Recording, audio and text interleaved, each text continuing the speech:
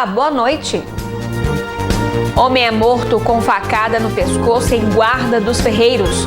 E futebol. Pelo Sub-20, Mamoré vence o Manchester de Pirapora. E no jogo de ida, Aimorés vence Betim por 1-0. E mais. Motoboy que morreu em acidente no bairro Alto da Serra é identificado. Acidentes são registrados nas rodovias da região. Paciente diabético enfrenta dificuldades para obter caneta de insulina. Cresce o número de casos de ataque de cães no Brasil. Copatos Mulher, liderança feminina no agro é destacada. Vacinação contra a brucelose encerra na próxima quarta-feira em Minas Gerais. E férias escolares pode ser ótimo período para o desenvolvimento das crianças.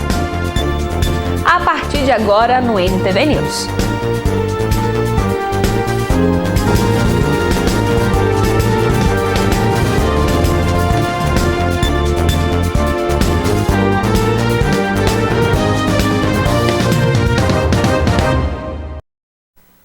Como noticiamos no NTV News de ontem, um jovem de 19 anos morreu após se envolver em um acidente no bairro Alto da Serra. Veja agora mais informações sobre esse acidente. Segundo informações, o motociclista havia acabado de fazer uma entrega no bairro Alto da Serra e seguia no sentido Avenida Marabá. Ao sair da pista dupla, ele perdeu o controle da moto, bateu no meio-fio e depois colidiu frontalmente contra um carro Fiat Palio.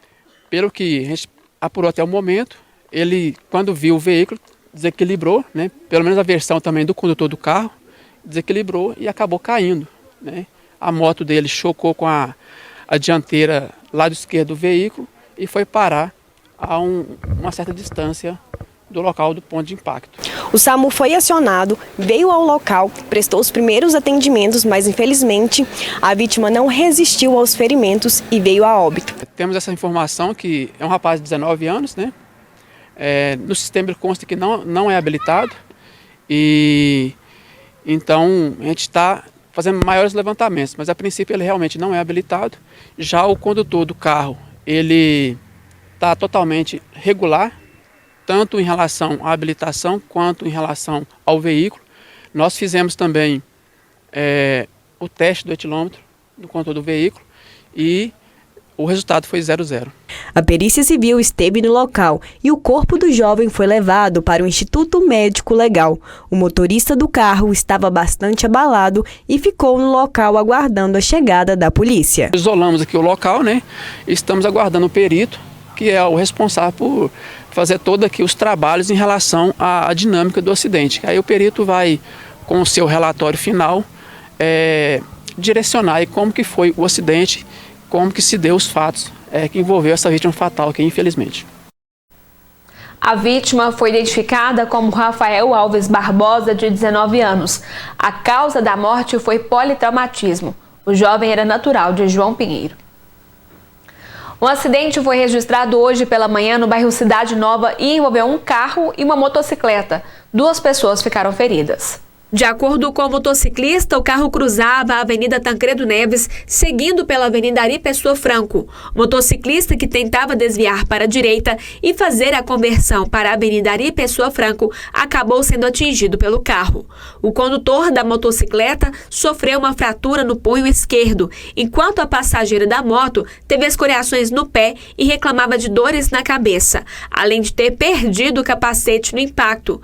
Ambos foram socorridos e conduzidos pelo Corpo de Bombeiros para a Santa Casa de Misericórdia. Um assassinato foi registrado na madrugada de hoje em Guarda dos Ferreiros, distrito de São Gotardo. Uma testemunha procurou o quartel de polícia e informou que viu um homem caído na rua com grande quantidade de sangue ao redor. A vítima, um homem de 25 anos, natural do Maranhão, foi encontrada sem vida. Imagens de câmeras de segurança revelaram que ele havia chegado ao local de bicicleta e conversava com sua ex-namorada, uma adolescente de 16 anos, segurando a jovem pelo braço. Nesse momento, um homem de 23 anos aparece nas imagens, interfere na situação, empurra a vítima e a golpeia no pescoço com uma faca. As imagens mostram que após o ataque, a vítima permanece no local enquanto o casal segue em direção à saída do distrito. Em seguida, a adolescente retorna ao local do crime, faz uma breve parada e volta ao encontro do suspeito do ataque. Os dois então fogem juntos. A perícia esteve no local. Após conversas com testemunhas e outras diligências, a Polícia Militar localizou o suspeito do crime e a menor de idade. Ambos foram encaminhados para a delegacia aqui em Patos de Minas. Um acidente foi registrado ontem à tarde na MG 410 em Presidente Olegário. O homem ficou ferido. Segundo um homem de 32 anos que conduzia o veículo Palio Quente, ele seguia pela rodovia sentido João Pinheiro para Presidente Olegário quando notou que havia um caminhão encostado parcialmente na pista. Ele disse que nesse momento desviou para a pista central, porém no sentido oposto estava vindo o veículo Pampa, conduzido por uma pessoa de 61 anos. Disse ainda que os dois tentaram evitar a batida, porém colidiram frontalmente. Em seguida, a Palio Quente bateu em um Uno, que era conduzido por uma mulher de 57 anos que transitava de Presidente Olegário para João Pinheiro e em seguida o veículo Palio Quente saiu da pista. O condutor da Pampa ficou com as pernas presas nas ferragens e teve fratura exposta em uma das pernas. Ele foi desencarcerado por uma equipe do Corpo de Bombeiros e em seguida atendido por uma equipe do SAMU e conduzida para o Hospital Regional Antônio Dias, aqui em Patos de Minas. Os demais envolvidos não sofreram ferimentos. As documentações dos motoristas e dos veículos estavam regulares. Um acidente provocado por animal na pista foi registrado ontem à noite na MGC 354 em Presidente Olegário. Segundo o condutor de uma moto, homem de 31 anos, ele seguia sentido Patos de Minas a Presidente Olegário quando bateu em um animal de grande porte, possivelmente um tamanduá-bandeira. Em seguida, ele perdeu o controle da direção da moto e caiu no chão, sendo arrastado por alguns metros. O condutor foi socorrido pelo SAMU e encaminhado para o Hospital Regional com escoriações nas mãos, joelhos, pés e suspeita de fratura na clavícula. As documentações do condutor e da moto estavam regulares. E um acidente com moto foi registrado hoje pela manhã na MG 410 em Presidente Olegário. O condutor da moto, um homem de 32 anos, informou que seguia com a sua esposa de 28 anos quando o pneu traseiro estourou e ele perdeu o controle da direção e os dois caíram. O SAMU foi acionado, mas condutor e passageira não tiveram ferimentos aparentes. Um grave acidente foi registrado no início da tarde de hoje na região de Boaçara, na zona rural de Patos de Minas. Segundo informações do SAMU, o trabalhador rural, um homem de 35 anos, se machucou ao manusear uma máquina de fazer silo. Ele apresentava esmagamento da perna direita. Ele foi levado para o Hospital Regional Antônio Dias e sofreu amputação do pé e tornozelo. A seguir, ouriço é capturado pelo Corpo de Bombeiros e férias escolares pode ser ótimo período para desenvolvimento das crianças.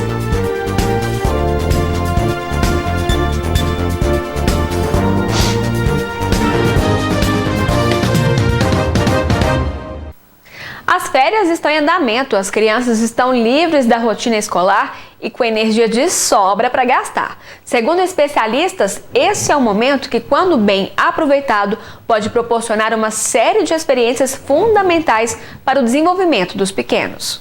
Nas férias escolares, pais e filhos se unem em momentos preciosos de convivência e descobertas.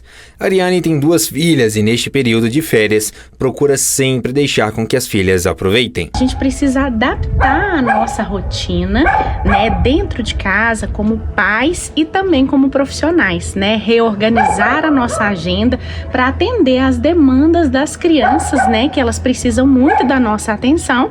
A gente precisa atender as demandas dela dentro da nossa casa. Devido ao excesso de tecnologia na vida dos filhos, cada vez mais famílias estão optando por enviar seus filhos para a colônia de férias, que promovem atividades ao ar livre e estimulam o desligamento temporário dos dispositivos eletrônicos. A colônia de férias foi, pra gente, algo que nos ajudou muito, Então, assim, ela sai, de dentro de casa, sai do celular, da televisão, das telas, o que a gente sabe que causa muito mal para as crianças hoje, e vai viver atividades simples, atividades que a gente consegue trabalhar com muita muita simplicidade, com muita atenção para as crianças, e lá ela se diverte, ela brinca, ela passeia, ela faz novos amigos, ela convive com outras crianças, o que é muito importante. Nesse momento que começa as férias escolares, momentos importantes como esse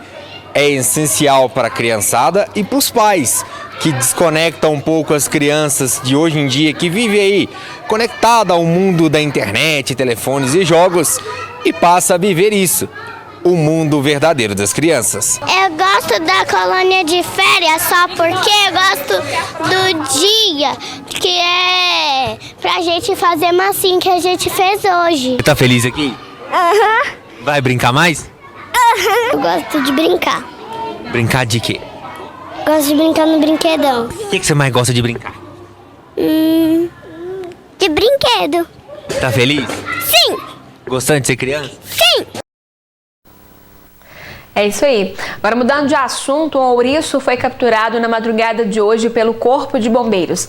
De acordo com os militares, na noite de ontem foram acionados após populares avistarem o animal na rua Olegário Maciel. Mas em seguida, a solicitante cancelou o chamado. Hoje, por volta das 5 horas da manhã, a guarnição foi novamente acionada e capturou o animal na rua General Osório, no centro de Patos de Minas. Tem aumentado o número de ataques de cães no Brasil, de acordo com os dados do Ministério da Saúde.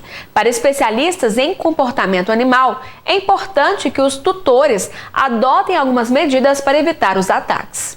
A sequela está evidente na mão de Rodrigo, um apaixonado por cães. Foi numa briga entre dois cães da criação dele, da raça presa canário, que ele perdeu a falange do dedo. Eu tenho cachorros que obedeceram o comando nessa situação. Mas era um cachorro menos alfa do que esses. E provavelmente no meio da separação da briga, a hora de me pegar, ele deve ter transferido ali para mim, bateu, voltou. Quer dizer, o cão não quis me machucar, mas no meio da confusão aconteceu.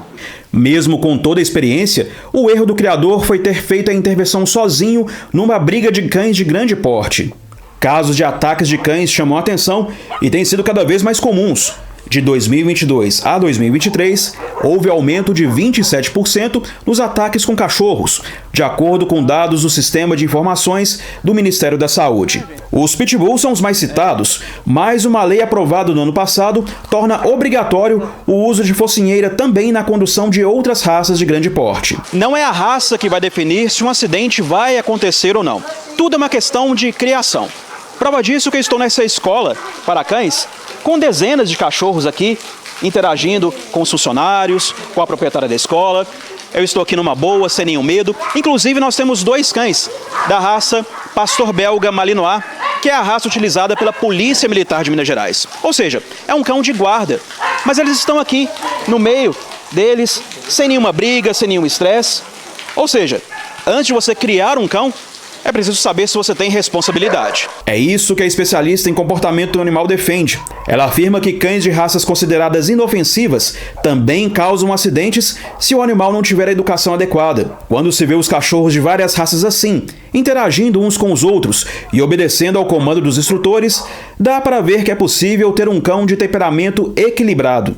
Com mais de 20 anos de experiência, ela diz que diante de uma ameaça, é preciso manter a calma e se impor diante do animal. O tutor tem que ter pulso, né? Mas não impulso de ser uma pessoa firme no sentido de agressivo, mas ser um líder que vai proporcionar regras e proporcionar o que eu falei anteriormente, né? Gasto de energia adequado e disciplina. Em instantes, você vai ver a diferença entre o câncer em adultos, crianças e adolescentes. E paciente diabético enfrenta dificuldades para obter caneta de insulina em Patos de Minas.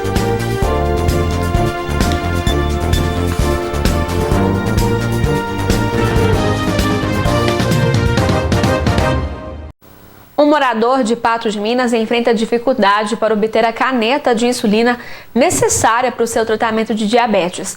A família pede ajuda. Vicente de Paula Barbosa, um homem de 50 anos, motorista, trabalhador e companheiro de Maria das Dores, está enfrentando dificuldades para obter a caneta de insulina necessária para seu tratamento da diabetes. O seu Vicente é uma pessoa que convive comigo há mais de 30 anos, 31 anos mais ou menos. Eu conheci ele, eu tinha 17 anos. Ele já fez 50 em março, dia 27 de março desse ano. Uma pessoa batalhadora, trabalhadora, sabe? Muito honesto, né? Assim, ele é muito honesto, como é que eu posso te falar? De um coração bom, enorme, sabe? Ele tira da boca para dar para o próximo, se for preciso. É o Vicente. Maria compartilhou conosco a trajetória de Vicente, que descobriu a diabetes há 7 anos e segue rigorosamente o tratamento. Eu percebi algumas formiguinhas em volta do vaso, sabe, do sanitário. E eu cutucava ele sempre, vai no médico, você vai com diabetes. Ele, eu não. Vai. Aí quando foi um dia, a gente foi numa confraternização na casa do irmão dele. E ele foi pegar um copo de refrigerante. Nele peguei, ele esbarrou a mão, sabe? Ele tava assim meio aéreo, com as vistas meio fosco, né? Aí ele falou assim, eu não tô bem. Falei, não. Falei, vamos na UPA? Ele, não quero.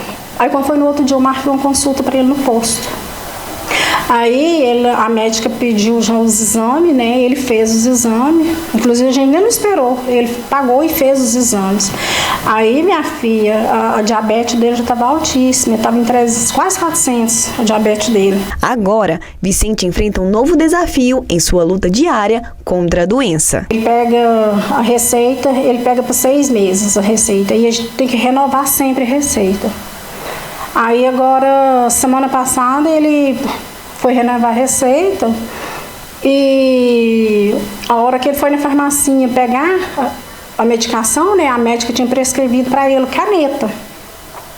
Aí na hora dele pegar essa medicação, eles falaram para ele que não tinha liberado caneta para ele, só tinha liberado para paciente acima de 55 anos e ele tem 50. Aí ele chegou aqui e me contou, falou, Maria, eu fui pegar canetas, não me entregou não, disse que liberou só para o pessoal de 55 anos. Eu falei, mas como? Ele, não sei. Aí eu fiquei indignada. Indignada, Maria questiona os critérios utilizados sobre a liberação da medicação, destacando que a saúde dos pacientes devem ser prioridade. Eu queria uma explicação, por quê? Né? Onde está a saúde, né? Do ser humano, a gente tem que correr atrás dos direitos da gente. Se ele usa tanto tempo a insulina e a médica prescreveu caneta, é porque está liberado. Por que liberar para uns e para outros não, né? Essa é a questão minha que eu queria saber. Maria entrou em contato apenas com a nossa equipe até o momento, esperando que algo seja feito para melhorar a qualidade de vida de seu marido. É difícil, você vai para casa dos outros, você viaja igual eu vou para Belo Horizonte na casa da minha irmã, é maior trabalheira, sabe, para carregar insulina, a gente tem que arrumar isopor para poder colocar gelo. Às vezes a gente corre o risco de chegar lá, muitas vezes a gente chegou, o gelo até já derreteu, porque a gente sempre vai de ônibus, né? A viagem é longa, chega lá, já derreteu, correndo o risco, né? Até de perder a insulina. Eu pretendo que, né, os órgãos responsáveis, o governo, que seja que for, né, repense isso, né? Porque eu acho que em primeiro lugar a saúde do cidadão, né? Verdade, né? O que ela diz aí, em primeiro lugar, a saúde do cidadão. É indignante essa situação, enquanto isso nós continuamos aguardando resposta do município. Continuando a falar sobre saúde, você vai ver agora as diferenças entre o câncer em adultos, em crianças e adolescentes e a importância do diagnóstico precoce. A vida por aqui é feita de muito trabalho e também de momentos de lazer em família. Kleber é analista de software, casado há 10 anos com a Karine. E esta é a Sani, filha do casal. A rotina comum, a de muita gente, levada com naturalidade, é a confirmação de que um episódio difícil vivido na adolescência ficou no passado. Um dia, uma espécie de pele começou a cobrir meu olho. Se não me engano, foi meu olho esquerdo. E a gente não sabia o que era. A gente resolveu ir no oculista, eles falaram que a gente precisava ir em um hospital, indicaram o João 23, só que a gente nunca tinha ido lá. Então a gente não sabia como chegar nem nada. paramos no Hospital das Clínicas para perguntar. E o segurança pediu para mim entrar, eu acho que já era algum caso que ele já tinha visto, alguma coisa assim. Como no mesmo dia eu já estava fazendo os exames, já estava sendo atendido pelo médico e fui internado. Depois de 1 ou 2 dias fui diagnosticado com leucemia. A descoberta de que Kleber estava com câncer foi dolorosa, um baque para a família. Enfrentar algo desconhecido gera muito medo. Ainda mais uma doença tratada por muitos como sentença de morte. Mas a história de Kleber e a de tantas crianças e adolescentes nos mostra que em muitos casos isso não é bem assim. Para mim foi um alívio, mas no último dia eu ainda fiquei triste, porque eu sabia que eu não ia voltar mais lá e eu já tinha feito muita amizade dentro do hospital. Aí eu fiquei triste no último dia, mas sabendo que pelo menos eu não estava mais com aquele problema na minha vida e eu poderia tocar minha vida para frente, que não teria mais nenhum impedimento para mim realizar tudo que eu queria, voltar para a escola, voltar para meus amigos, coisas que eu tinha abandonado para ficar no tratamento.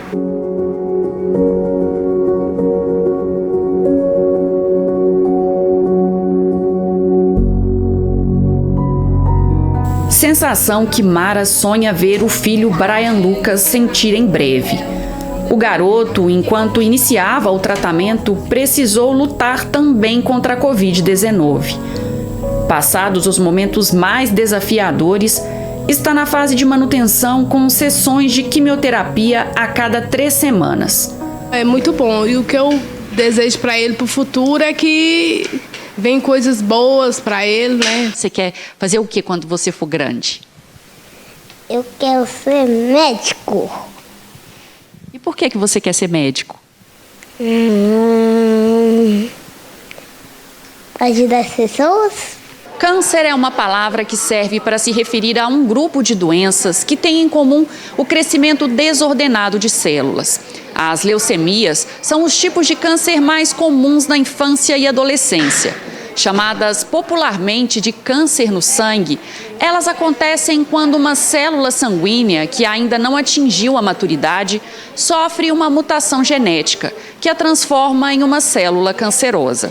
A partir daí, elas se multiplicam de forma acelerada, se espalhando pelo corpo. Casos de câncer em crianças e adolescentes são raros. Para se ter uma ideia, representam apenas 3% do número de registros contabilizados por ano. No entanto, essa é a principal causa de morte por doença entre crianças e adolescentes de 1 a 19 anos no país.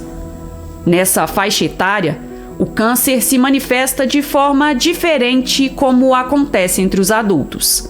Câncer infanto-juvenil tende a ser uma doença um pouco mais agressiva, que se desenvolve um pouco mais rapidamente, mas em contrapartida também tem uma resposta melhor ao tratamento. Então a gente consegue índices de cura, no geral, muito mais expressivos do que nos casos em adultos. Hoje, cerca de 80% das crianças e adolescentes que recebem o diagnóstico de câncer conseguem alcançar a cura no final do tratamento. Isso, claro, dependendo do tipo de câncer, da realização de um diagnóstico preciso e do rápido encaminhamento para centros especializados. Muitos sintomas e sinais vêm, por exemplo, com uma febre que não está melhorando, uma febre que a gente chama de origem indeterminada, de repente manchas roxas pelo corpo, uma dor abdominal e de repente a gente consegue palpar alguma alteração ali naquela barriguinha, uma dor de cabeça que não está melhorando ou que vem associada a outros sintomas juntos. É um alerta para que aquela criança seja melhor olhada. O enfrentamento desse desafio depende de uma mudança de postura de toda a sociedade sobre o tema. Encarar o câncer com a seriedade necessária, mas sem deixar que o imaginário sobre a doença afaste os pacientes do caminho até a cura. Não acabou a sua vida só porque você está com ela. Ela tem o tratamento, você pode vencer ela. Então, é ter paciência, calma e fé no que os médicos estão falando no tratamento e ter confiança de que você vai vencer.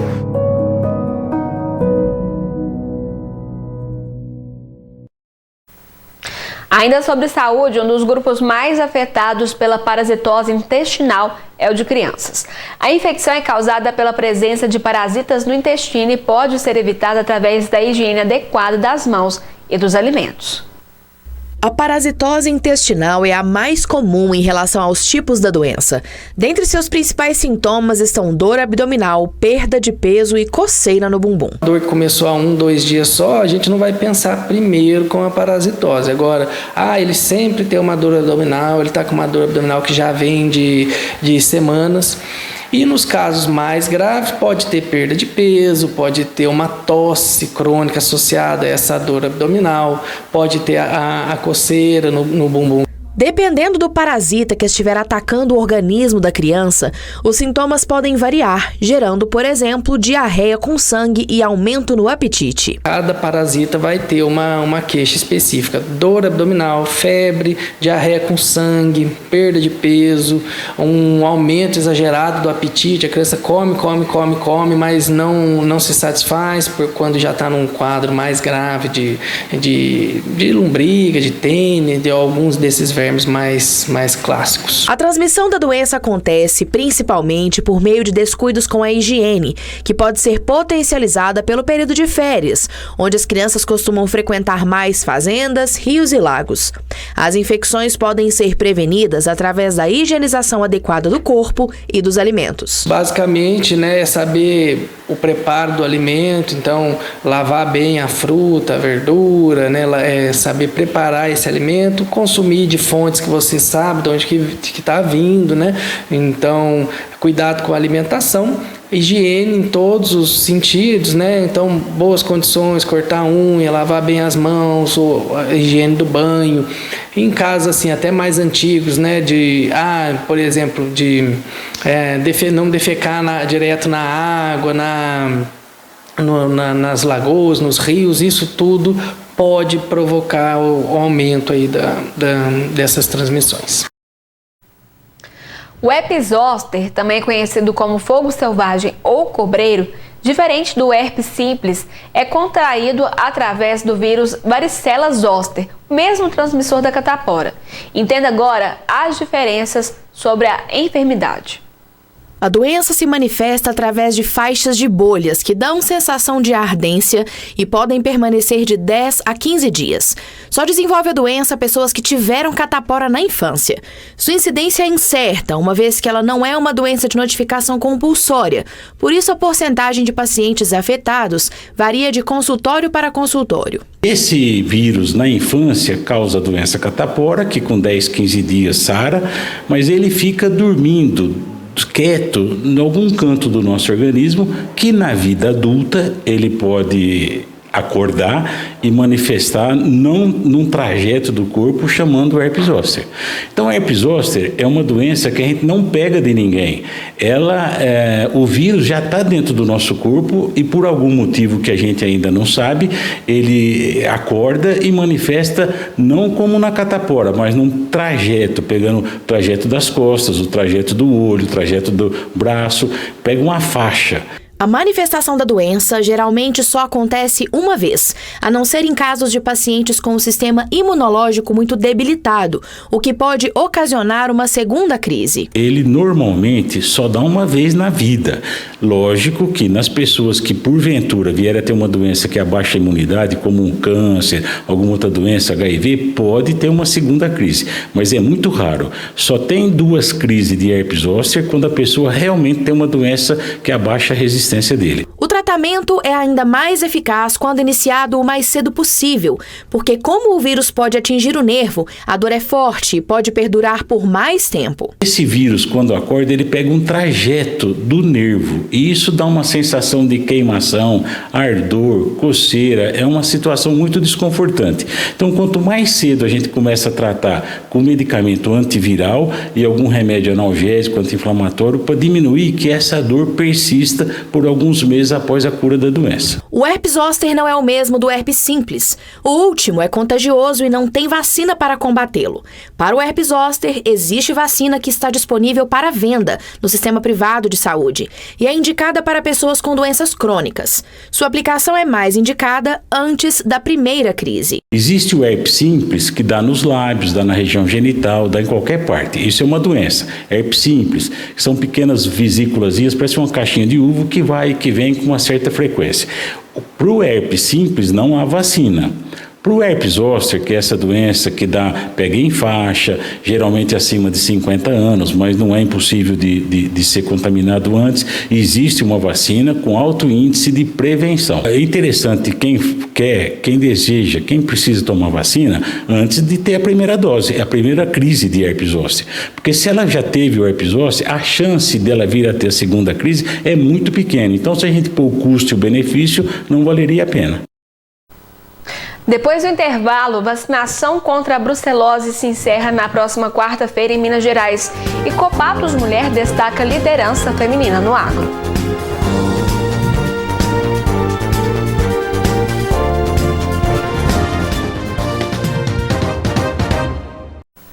Para marcar o encerramento da Milk Show 2024, foi realizada hoje mais uma edição do Copatos Mulher. Um evento que destacou a presença crescente das mulheres no setor agropecuário. O Copatos Mulher reuniu um público engajado para discutir o papel crescente das mulheres no agro, abordando os desafios que enfrentam e as oportunidades que surgem em suas trajetórias profissionais, com o objetivo de promover e inspirar a liderança feminina. O evento ofereceu um espaço valioso para a troca de experiências sobre a contribuição das mulheres para o setor. Nada melhor do que encerrar essa feira, né, com grandes participações de mulheres que estiveram durante a feira e vir aqui encerrar com a gente com chave de ouro. Então, assim, é muito gratificante ver casa cheia e ver que as mulheres acreditam na Copatos e acreditam também na liderança feminina, né? Esta edição do evento ofereceu uma programação diversificada, incluindo palestras inspiradoras, um café da manhã e uma série de atividades que ressaltaram o papel das mulheres no agro. Por causa da pandemia, a gente parou um pouco os pratos típicos, mas agora a gente voltou com tudo. Tivemos aí grandes participações, estamos ali com as avaliações já dos pratos. Então, assim, além dos pratos típicos, a gente vai ter 2 palestras agora no Memorial do Milho, com a Liliane Queiroz, que é a dama do agro, falando da liderança, né, da feminina do agro, e também com a Cecília Mota, que é uma mentora, né, falando também, né, do feminismo, como que a gente precisa, né, se cuidar. Enfim, hoje tem muita programação, depois nós tem festa, então hoje é dia de festa. Com uma agenda repleta de atividades e uma celebração do papel das mulheres no agro, o Copatos Mulher reafirmou sua importância como um ponto de encontro para o reconhecimento e a valorização das contribuições femininas no setor agropecuário. Temos muitos desafios e um evento desse é justamente para a gente pegar esse desafio e enfrentá-los, né, com força, com garra. Então eu acho que hoje eu falo para as mulheres é isso, né? A gente tem que ter força, tem que ter iniciativa e não pode desistir, né? Desistir dos nossos objetivos, e ainda mais o agro, né? Que o agro está aí cada vez crescendo mais e as mulheres também posicionando mais, né, dentro dele. Criadores têm a próxima quarta-feira para vacinarem bezerras em Minas Gerais. Medidas como a vacinação contra a brucelose garantem que o leite e seus derivados, como os queijos artesanais, tenham mais segurança alimentar. A campanha da brucelose em Patos de Minas está baixa, considerada baixa aí pelo IMA aqui de Patos de Minas. Com isso, faz com que os produtores aí tenham mais rapidez e agilidade, já que o prazo para poder vacinar se encerra no próximo dia 31 de julho. Em Patos de Minas, na CR, a gente está com cerca de 70% já de propriedades vacinadas, que fizeram vacinação e que declararam aqui para a gente. Está abaixo do índice esperado pelo Estado, que é de pelo menos 80%, para a gente garantir que não tenha uma ocorrência significativa da doença na região. É uma doença muito prejudicial para os rebanhos, né? Causa aborto, queda na produção, retorno ao cio. Então é muito interessante para os produtores. E a brucelose também é uma zoonose. Pouca gente sabe disso, mas ela pode ser transmitida para o homem. Os produtores rurais têm até dia 31/7 para a vacinação das bezerras e até dia 10 de agosto para que a declaração seja entregue e enviada ao IMA.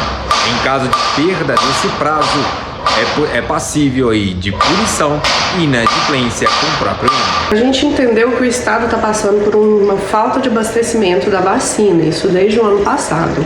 Então a gente estendeu a campanha de vacinação de brucelose esse semestre. O produtor tem até dia 31 de julho para fazer a vacinação e até o dia 10 de agosto para declarar aqui para a gente.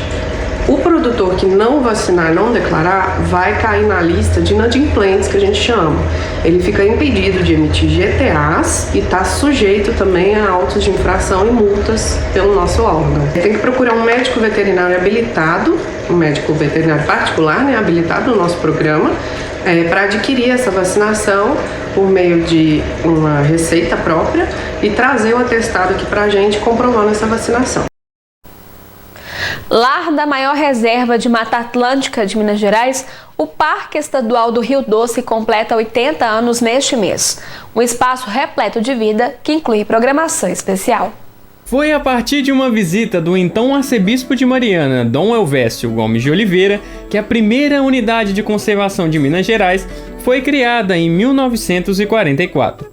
A vegetação de Mata Atlântica da cidade de Marliéria, Dionísio e Timóteo, no Vale do Aço, chamaram a atenção. Desde então, o parque conta com mais de 35 mil hectares de mata nativa preservada, sendo a maior reserva do bioma em Minas. Comemoramos os 80 anos este ano desta beleza, deste parque que é de extrema importância para a biodiversidade e para a conservação de Minas Gerais. O espaço também é importante na preservação da biodiversidade, ligada às mais de 40 lagoas ao longo de todo o território. Fauna com populações de espécies raras que colaboram de forma expressiva para a manutenção da alta diversidade de estudo evolutivo e funcional dos mamíferos, além de uma flora variada. O Parque Estadual do Rio Doce também é reconhecido internacionalmente como Sítio Ramsar, por conservar zonas úmidas consideradas prioritárias na estratégia global de proteção da biodiversidade. O título foi conferido pela União Mundial para a Conservação da Natureza, sediada em Glande, na Suíça. Recentemente, as rodovias de acesso ao parque LMG 760 e AMG 4030 passaram por obras de melhorias na pavimentação e recuperação viária, o que facilita a visitação. Venham conhecer o Parque do Rio Doce. Aproveitem que estamos com infraestruturas todas reformadas, estamos com estradas novas, com um acesso facilitado e isso vai garantir com que o seu passeio seja cada vez mais proveitoso e mais confortável. A seguir, a Aimorés vence o primeiro jogo da final contra o Betim e pelo Sub-20, o Mamoré vence o Manchester de Pirapora.